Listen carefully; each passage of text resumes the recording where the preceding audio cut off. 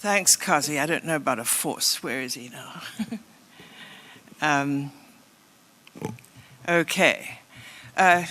Thanks for the invitation. This is fun. I've never been to this part of the world. I've been to India many times, but not Bangladesh. So what I thought I'd do today was just give you a kind of a glimpse into what we do at MIT. I was dean for 10 years, and when I first arrived, I have to tell you, having said I wasn't going to be dean ever again, I was sort of intrigued by MIT because it's an amazing university, and it's particularly amazing because the lines between disciplines are quite weak. You can pass over them, and so it's a place of enormous collaboration, and not just within the School of Architecture and Planning, but right across the Institute. And I'd never been in a place like that. So I started as dean, and I actually represent two faculties. I'm a planner, and I'm also in architecture. And over the years, we actually had interdisciplinary studios every single semester. But they took subjects that were kind of scattershot, they'd be in Tokyo, then they'd be in, God knows, not Dhaka, but, all over the place. And they were just kind of happenstance. And so I started a series of what we were calling them herb labs. And I started the herb lab in India, and with colleagues actually in Mumbai. And we started one in China because I hired the first architecture head of an academic unit in the United States. I actually brought Younghu Chang from Beijing, and he started the Herb Lab China. And we did this for a few years. And then as we were working with this sort of interdisciplinary arena of teaching, the research was getting more and more serious. We'd be invited by places to say, come and help us. We've got issues. And so towards the end of my deanship, I started something called the Center for Advanced Urbanism. What was this about? It's a somewhat odd title, but it's the one we came up with. And it was the idea of interdisciplinary research supported by students.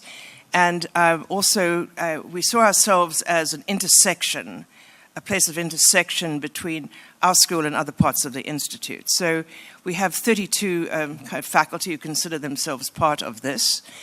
We have very good connections into engineering, environmental engineering, actually into the Sloan School of Management, into humanities through the Poverty Action Lab, and so on.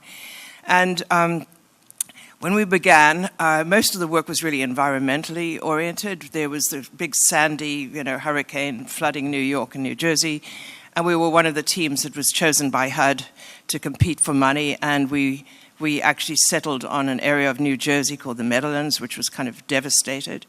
And we won really many millions for the state of New Jersey to actually put that into effect. I was not originally the director of this, but I am now the co-director of it. It's a complicated story, but we're starting to get what is more my subject is kind of housing, affordable housing, community development, and so on.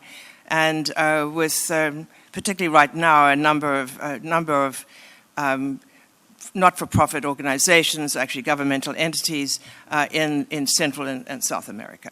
And so that's been fun. And we also actually are working with other institutions. So right now I've got a relationship with Southeast University in Nanjing, China, and we've started something called the Urban Rural kind of lab, and joined by ETH from Switzerland, and so on and so on.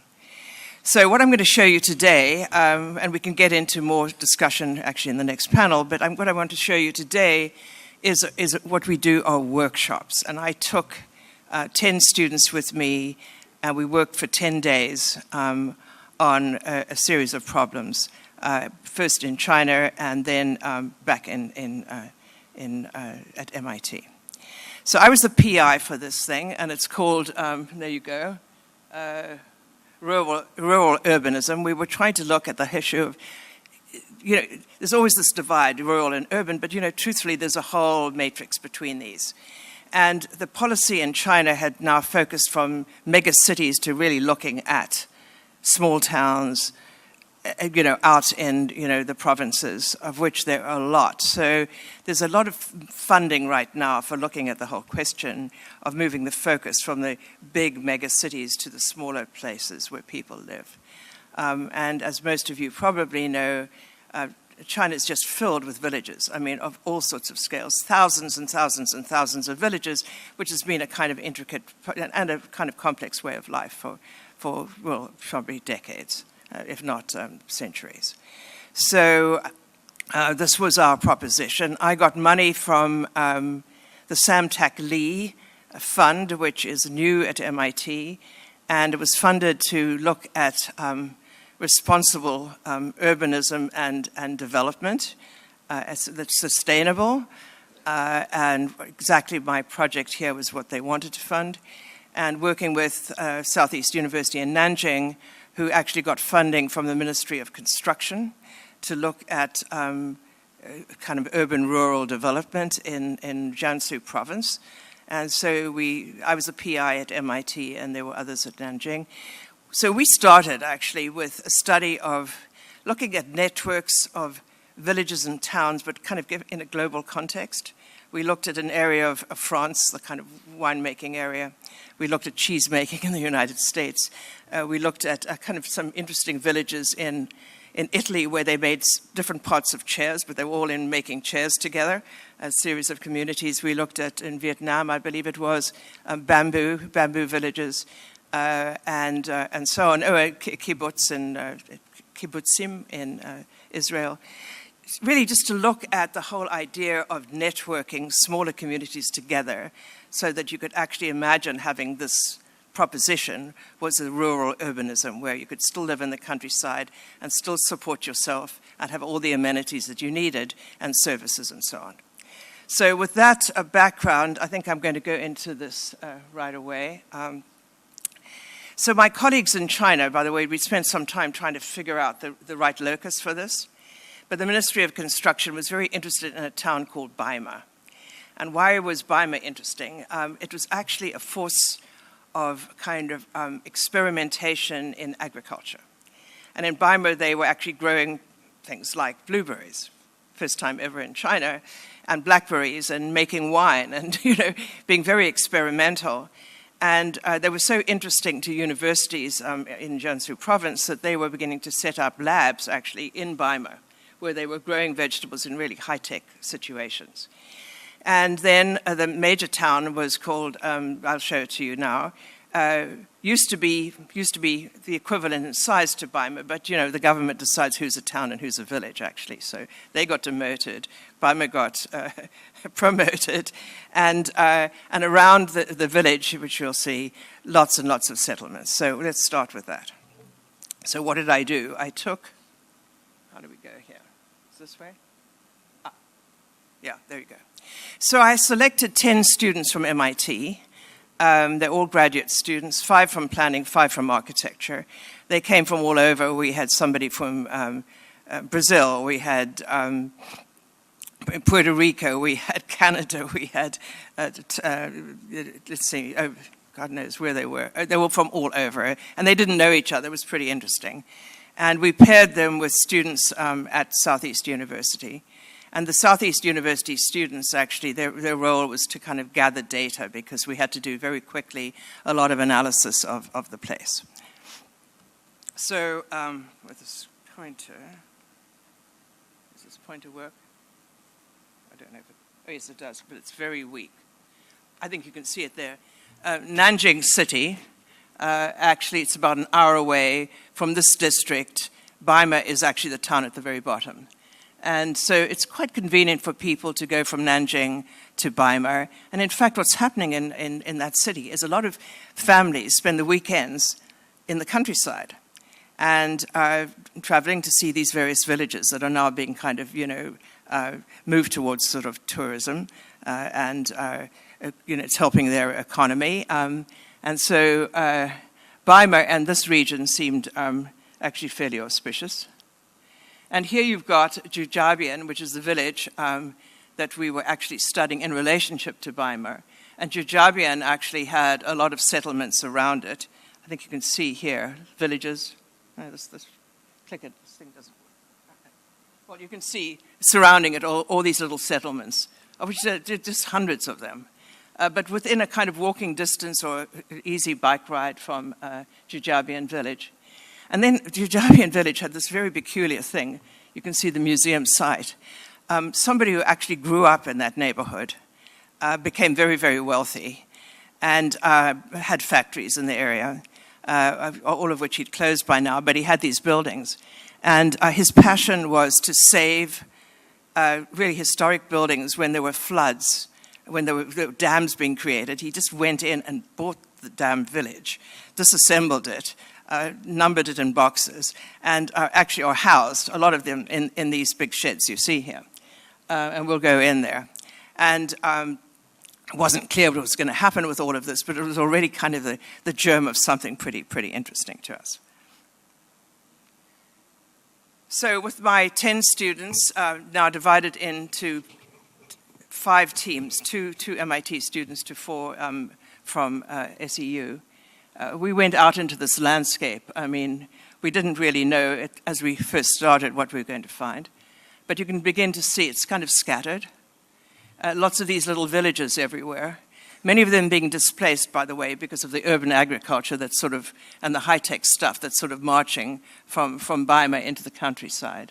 And, you know, I think Peter talked about some of the development yesterday, those high-rise towers.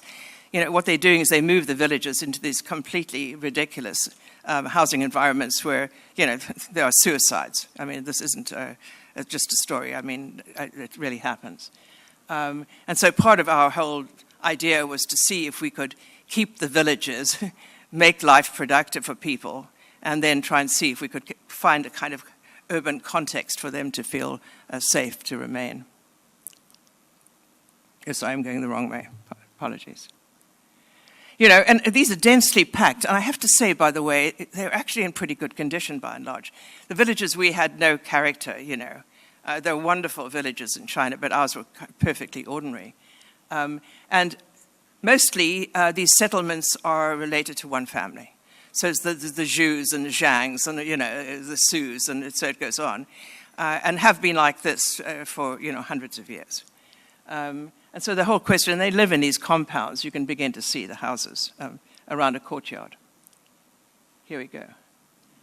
And they just, I mean, they literally are everywhere. And you can begin to see the kind of farming that's taking place. Some of it is cooperative. Some of it is kind of real industry that's come in, very high tech. And then still quite a lot of it is simply local. And this is Baima town, which when we arrived, actually, it has such a strange typology. It had all these shop houses. And it didn't look like the kind of village you'd expect until we discovered that it had really been a town that was demoted. And so it had the format of being kind of a market town, which it no longer was. So the students were given the following tasks. We had to look at agricultural practices, what they were growing and how they were being farmed. We had a whole team, a team of 6 people then, looking at water. Water was everywhere. Water, water, water. Some polluted, some not. Some fish ponds, and so on. But there was a network underneath the ground. Then we also had some, sorry, I hope I'm going the right way. Yes, I am. So we had agriculture, we had settlement patterns, of course, very important to know how people were living, what was the scale of them, how were the houses grouped. We actually looked at services, you know, what was provided. I mean, you know, what was missing actually was pretty well the case. And then another group looked at tourism, because tourism then has become the kind of the economic plus in most of these communities. Where people actually turn their houses into places people can stay overnight. They build little hotels and so on. All right, so here we come to this phenomenon. Actually, on the extreme, if I can get this clicker doesn't work. You see these buildings here. Those were some of the houses this, you know, fantastically rich man moved from someplace and settled here in this village. And right next to it, you can see 4, and then you can see little dots. That's a whole zoo's worth of carved animals. And then, yes, and among other things, he's a great Buddhist. So he has 6,800 Buddhas that are kind of life-size standing around, not all of them in here. And some of them actually come from caves. The cave Buddhas. I mean, it's total fantasy. But here it was, and then next to it is the remains of what it was a traditional village.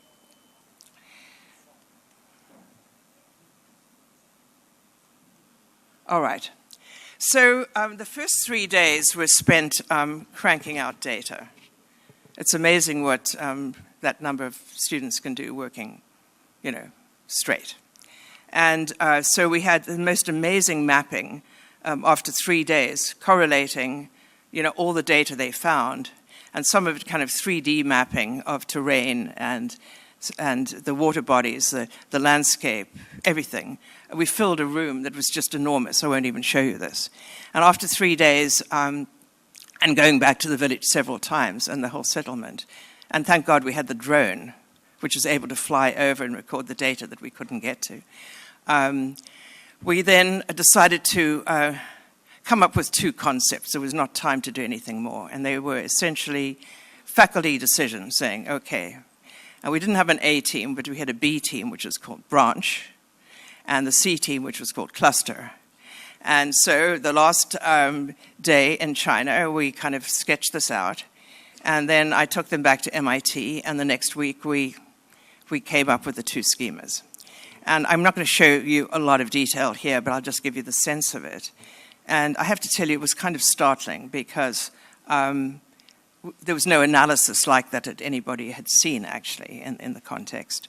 And it's actually become quite influential. So onward. So here is the branch team. And by the way, you can begin to see the diagram at the bottom, town, village, cluster. There was an idea that there was a hierarchy that we could try and help promote. And we were looking at terrain, transportation, and settlements, just trying to understand the relationship between them, and then the whole question of services, how these things all link together. But you can see all those little orange spots. Those are all the settlement patterns that cluster around these towns. And here's a map, actually, of what is existing. This is kind of very three-dimensional. I don't know if you can see it from where you are. But what we had was Baima in the middle, and then you can see all the villages scattered around here. And you get a sense of the water bodies, which were quite extensive. And here's the water bodies. I mean, there was a big lake at the bottom, but every single little village, had its pond. I mean, that's where they grew fish. And then the center of some of these villages were larger ponds of water, which sort of then become the kind of public space. And in fact, of course, these change a lot. I'm sure it's the same problem here in Dhaka. And some seasons it's drier, but essentially the water never goes away. And then these were the settlement clusters, just loads of them all over the place. And they go from, 100 people to 500 people to maybe the biggest, which would be Baima itself at 3,000. And so the terrain that we were looking at would probably, with added population, be about 10,000 ultimately, enough to support something like a junior high school. Okay. And these were the road and path networks. Large-scale cooperative farming. So this was sort of marching along, eating up the villages. And so one of our proposals here was to try and stop this process, or at least limit it to places that made sense. And here we actually started with the idea of creating agricultural buffers on these main spokes, the branches of the roads leading elsewhere. And then you'll see what we did with those spaces. But, there was still a life to the small farmer. I mean, they were still able to cope. And in fact, because of the agriculture, the industrial agriculture, there were lots of jobs. I mean, people weren't actually starving. But of course, the youth wanted to go to the big cities. I mean, it's still the same pattern. Life wasn't fun enough. It wasn't sophisticated enough. And here is actually the primary branches that we then worked with. And you can see the number of villages along here. I mean, it's an amazing place. And some of them were just very lively, still working extremely well. But the question was, how could we contain this and keep it alive? And then there were riparian corridors that were fairly remarkable, actually, in this whole area. And then we were just looking, number one, at the branches themselves, but there were secondary branches. So trying to see if we could build this whole thing into a network of places that were interconnected and could function as an interconnected system. By the way, this should obviously be called Architecture, Settlements, and Landscape now, because that's what it is.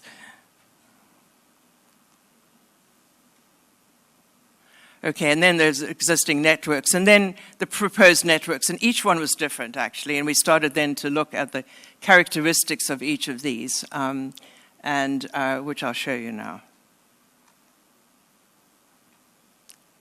So there was a whole branch here that actually had a lot to do with tourism, and there was the museum, which is all the stuff in the black, and there were a certain number of monuments, and there were sculpture parks. And so that was along one of these branches. And this is sort of fairly accurate depiction of what we thought might happen. Oh, how did that happen? Oh my God, back. Guys, could somebody help me up there?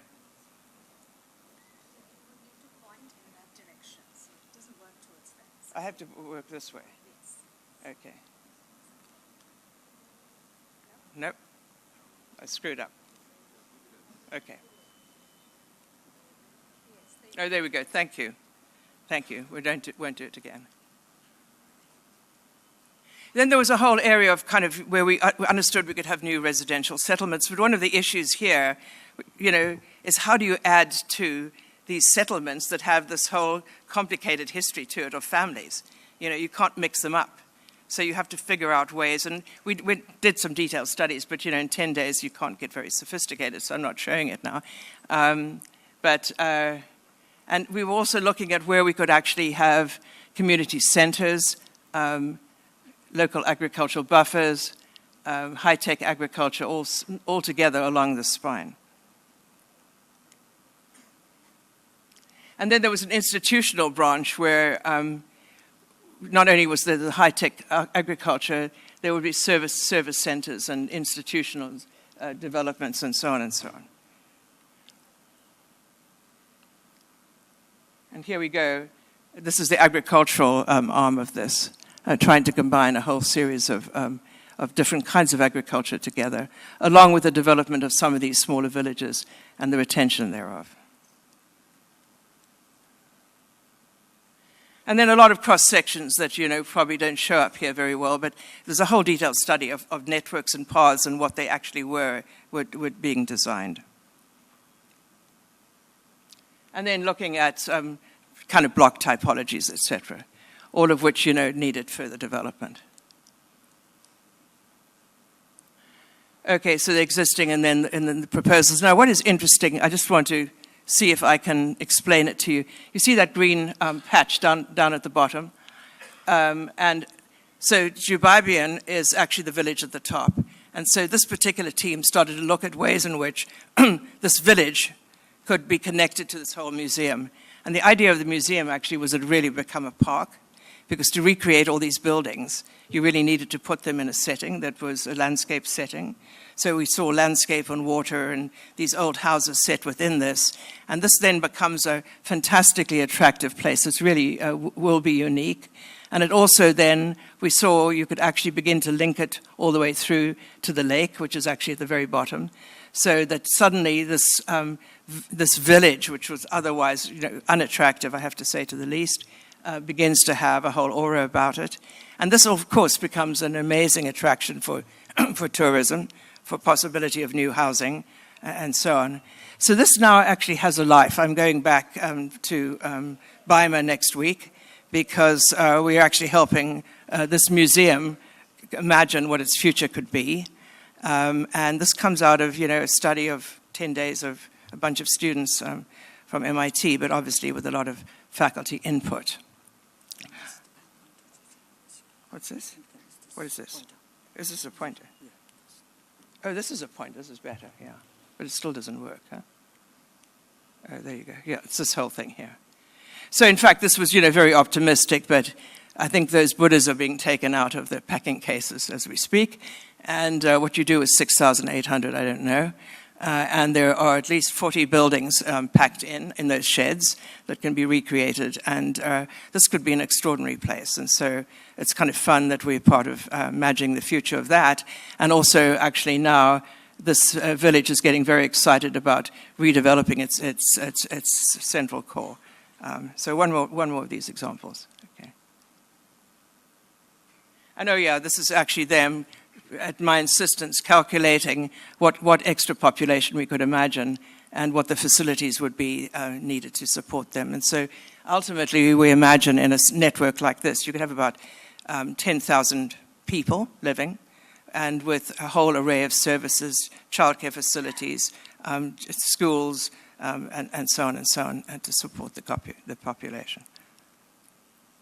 And here it is, actually, in the end. I mean, this is an amazing drawing done by this team. And if you could see the detail in here, it's extraordinary what the trees are and so on.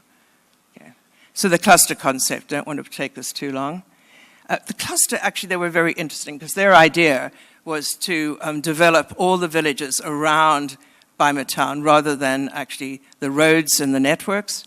And their analysis came up with a very interesting conclusion, was that actually in these segments there are different kinds of crops being grown. And so there's a possibility of agriculture being represented in different ways. And this was it, actually, a cluster of crop typologies. There were fruit orchards and rice paddies and tea fields and permaculture and greenhouses and local agriculture. And they would actually, there are a whole series of rings here of villages that we started to connect together into kind of loops. And then there would be these different identities. The museum zone would be right in the search center. And then they saw local economies actually being developed. And in each one, there would actually, it's difficult to show this, because you have to believe me, there would be gathering points for the agriculture, so that there'd be a kind of a cooperative structure here. So they were thinking very much about the economies, and how, in fact, ultimately the agricultural flows could go back to Bima itself and then be distributed to Bima Town, which would be the real destination. And this is sort of the kind of network, if you actually look at it at a larger scale. So, and this is trying to bring all of these villages together in these kinds of loops. And then they looked at the whole question of how the traditional agriculture works, the role of the government, the huku status, the farmers, the crops, and actually, frankly, the farmers, of course, lose out. I've done it again. I can't believe this. This is ridiculous. Oh, here we go. Yes, and they're looking at different ways in which this all can be settled, so the farmers and the local crops, and they actually get more money out of it, and so on and so on. And then finally, this is the idea that there would be regional crops and zones and collectives, actually the farmers working mostly in collectives, and it's kind of an interesting way of looking at restructuring this area through the economy of agriculture. And then they looked at a whole series of services and the kind of radiuses that were needed, and so they were able to come up with a whole idea of how this place could be administered, how we could deal with education in a way that was way more sophisticated than anything that existed there. And then the museum itself, they had an idea in that inner loop. You've got so many buildings and Buddhas and God knows what, and columns and blah, blah, blah. You can start to distribute it. And so all of the villages then get to play a role in having the museum, and it enhances the whole possibility of tourism in that zone. And then they were looking at growth, again, which were the villages they could really add on to, and how this might be. And in fact, we went beyond the circle, which was really sort of a 20-minute drive, because there were really bigger villages on the outside, and bringing this into a kind of a larger, actually quite an exciting system. And they themselves then got very much into how you deal with Bima itself. The lake is in the middle, and how it could actually begin to connect to different parts of the region. Now, the interesting part of the story, again, is that everybody got very excited about this scheme because there's actually an economic proposal here, which is pretty interesting. And the villages, actually, which are all in these various loops, one of them actually surrounding now what is going to be this museum culture park. And And again, we've got proposals coming to us from BIMA about how they can actually begin to loop and link these villages together. So there's a life after the studio. I think it's an amazing amount of work for 10 days, frankly, by these students. We'll be putting all of this into a report, and I think there's a life on this subject further than this. It would be wonderful, actually, to continue this into a more sophisticated workshop. Anyway, thank you. So that's what I have to say.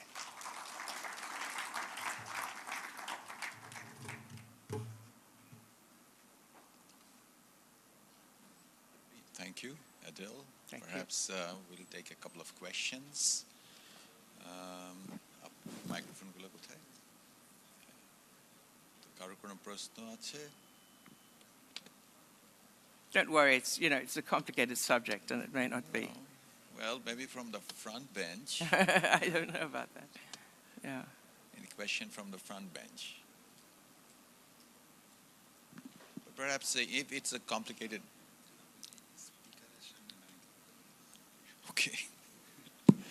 So if it's a complicated subject, maybe Adele can help us understand some of the things. Yeah, of course. I was wondering about the process for how this took place. I mean, were you invited by the town administration? Oh, we were. We were invited by the Ministry of Construction to do this because they're trying to figure out how to approach the idea of kind of densifying the countryside. Right. And how to manage the fact that there are all these settlements where people live and have lived for generations. And, there was no sense that actually maybe as a collective network, these become stronger places to live. They can jointly, like in this last scheme, the idea of cooperatives dealing with certain products. I had actually visited some villages in the Watertown district where actually people had gotten together and the rice farmers formed co-ops. And then they had collective warehouses. And then they could actually grow more refined crops of the rice. And they got funding from the government. And then they continued to take the rice, make rice flour, package it, and, voila, double, triple their incomes. Actually, people getting together over furniture making, for example, because there's a lot of skills in these villages, and actually creating furniture factories. So here in BIMA, we were trying to see what we could do by making a linkage system. In other words, once you put these villages together into an entity where they knew each other and they were collaborating together, you get the possibility of economic development at an entirely different scale. Okay, and so that was really the premise. And the BIMA town itself, of course, was the catalyst. And the Jujabian village actually was the control point at which we could begin to make all these networks work, because you could actually suddenly, a series of villages could have a daycare center, right? Which they couldn't do individually. Even the next level up in schools could be shared by a whole number of villages. And so that was the whole idea of how could you, by making networks between villages so people knew each other, could work together, could collaborate on things, and suddenly you get an entirely different economy working. That's really the basis of it. Yeah. So this plan is coming from the national government or the regional government? Oh, no, it starts with the national governments telling each region, okay, guys, start looking at the countryside. We still need the production of food, et cetera, but we really don't want everybody going to Shanghai and Beijing and, and the pollution, et cetera. And so we're trying to find a way of making living in the countryside more sophisticated and more livable, honestly, because they could still grow their own food if they wanted to, get their fish from the pond, get their kids educated, earn more money collectively, and so on. So there would not be the same drive to move to the cities. And then the product that's coming out of the lab is going back to the town? And how oh, yeah. No, I mean, this is part of it. We've actually shown it to them. And so the whole idea of linking these villages now is going to be discussed next week, because most of them are on paths that just need a little bit of improvement. It's not a lot. And so, yes, in fact, actually the Ministry of Construction is very interested. In fact, they want us to go on and look at other groupings of villages elsewhere to see if the model we're coming up with actually can work elsewhere. That's right. I mean, that was, I needed to know that to ask you precisely that is this a model that then going to be adopted in, in its modulations? Absolutely. And to be honest, it's so weird. It hasn't been thought of this way, right. Which just startled me, because why wouldn't you start to try and collect all these places of living together? And why wouldn't you find ways that people could actually do cooperative things? But they didn't have the linkages. I mean, I think this is a highly critical topic for us. Right, that's why I'm showing it here, right. Because I think, you've got a sprawling landscape. Right. And it's dysfunctional, to be honest, because it doesn't have a way of being functional. And we're trying to make this a functional model. Yeah. I mean, as well as other countries in Asia where, tremendous development is happening and centered on cities, but at the same time, the small towns and the villages, are not being part of a kind of a thoughtful organization of what's going on. And I actually have to say that, Kazi, if you take it to the next stage, I mean, this is 10 days worth, and I think the next thing is to start to look at what are the prototypes? What are the new kinds of housing you'd be creating there? Which have the advantage of country living, but enough density that they can actually function as an urban place. One final comment, at least from my side, maybe there are some other questions. Is the nature of thinking about such kind of rearrangement of the total landscape with the population and the settlement, is it different than in China than in other Asian contexts because of the nature of the governance? Well, the government in China makes all sorts of decisions that are completely arbitrary and mostly ridiculous, if you ask me. But in this case, they're deciding who's a town and who's a village and who's this and who's that, and the money flows. But they've been highly supporting this Baima region because it's being so entrepreneurial with its new kinds of farming and its new kinds of products. And to be honest, this village is very lucky to have this crazy guy with his, Buddhas, for God's sake. So they actually have a catalyst for people to come, and a lot of job opportunities for people who are going to live and work there. And and it's a question then of combining both the question of landscape, actually, honestly, which is very much to do with water in this case, but it's productive landscapes, water, and amenities. If you can bring these together to make kind of environments that are really so damn livable, why would you go to the city if you've got a job here, And, you can't stop the youth, but truthfully, every year there's several holidays when people come back to these villages because they still are part of their lives, And it's chaos for weeks before these holidays because everybody's on the road. And they come back to Baima for these times and this particular village and actually the settlements there. And so even though they're not fully occupied, they're all beautifully kept because people come back to them and they still believe in them. Yeah. It'd be interesting to see how this model can be adapted or looked into it. Another kind of, say, property ownership, for example, Bangladesh, very complicated. Yeah, and by the way, what's interesting here is that because of the haiku system, which is your identity, you're either a rural person or you're an urban person. Right. If you actually come from a village like this, you have title to the land. Those lands are owned. If you're in the city, you don't own anything, actually. You have no access to land ownership. And so this makes it just a very interesting puzzle, So, I mean, I'm pretty proud of us in 10 days unraveling a lot of this stuff. We wouldn't have been able to do it if we hadn't had a team of SEU students who could actually help us map this. Because the mapping was actually an incredibly important part of this experience. Okay. So, Saif. Actually, what Kazi you were asking, I was going to ask the same. How is the property ownership organized in China? And you mentioned that the land tenureship is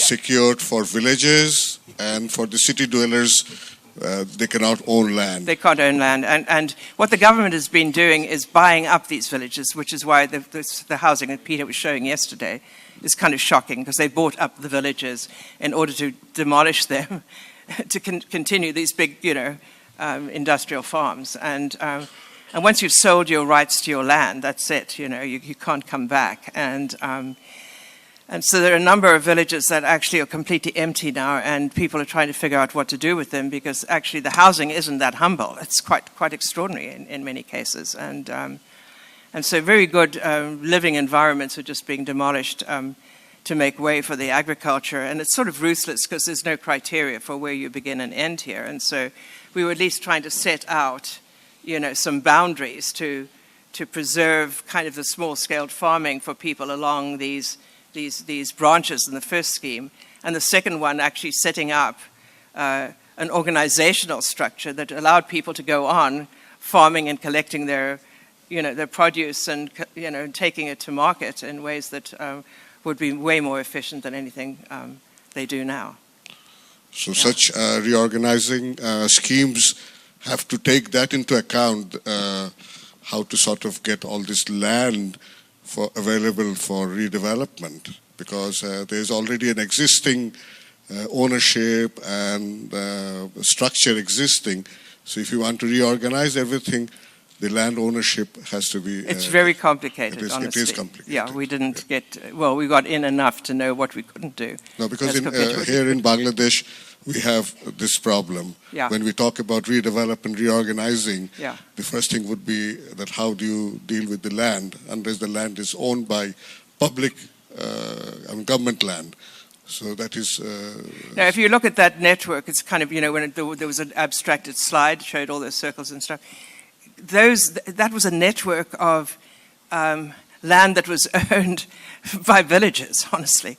So it's very difficult just to clear through that, because most of it's owned by the people who've lived there for generations, and so you have to kind of bully your way through it and buy up big tracts of land, in order to be able to change its use.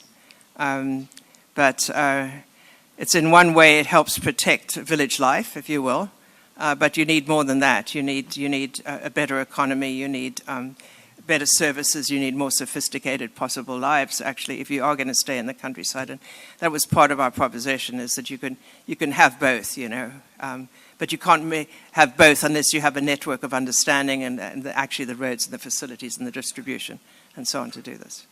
So, sorry, this is kind of big leap from nice architecture yesterday, but this is part of what I do. And to be honest, I think I'm very excited if I can begin to change policy at a major level and begin to, the influence of this kind of thinking actually isn't small.